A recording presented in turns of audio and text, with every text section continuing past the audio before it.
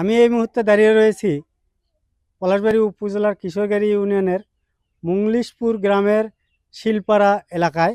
এখানে কিন্তু পশ্চিমে কটুয়া নদী এবং পূর্ব পাশেই 50 গজ দূরেই মৎস্য নদী। প্রতি বছর নদীতে পানি বেড়ে গেলে ভাঙনের সৃষ্টি হয়। ভাঙতে ভাঙতে এখন প্রায় বসতবাড়ির ভিটায় উঠে গেছে।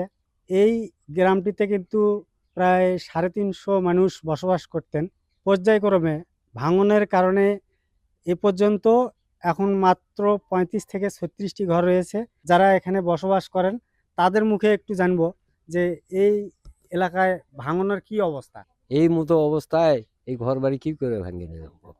আমরা আর এক ভুক্তভোগী মানুষের কাছে জানবো যে এই এলাকার দুঃখ দুর্দশা তাদের কথা।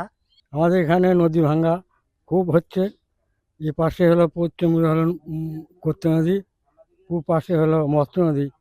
দুই নদীর মানে একটা হওয়া হবে ভাব ধরে গেছে। হ্যাঁ, খুব চাপ দিছে। এখানে কোনো লোকজন থাকতে পারতেছে না, বহু মানুষ চলে গেছে। এখন 30-35 ঘর মানুষ আছে, খুব চাপে পড়ে তারা বসবাস করতেছে। তো সরকার যেন হওয়ার সাথে সাথে এই ব্যবস্থা করে দেয়, তাদের থাকা যায় এই পর্যন্ত। এই নদী ভাঙন রোধে সরকারের বিভিন্ন উচ্চ মহলের কর্মকর্তা অবশ্যই যেন এগিয়ে এসে তাদের এই নদী ভাঙন রোধ যাতে সংস্কারের মাধ্যমে প্রতিরোধ করা যায় সেই দৃষ্টি রাখবেন। সোহেল রানা, মাধুকর নিউজ, পলাশবাড়ী, গাইবান্ধা।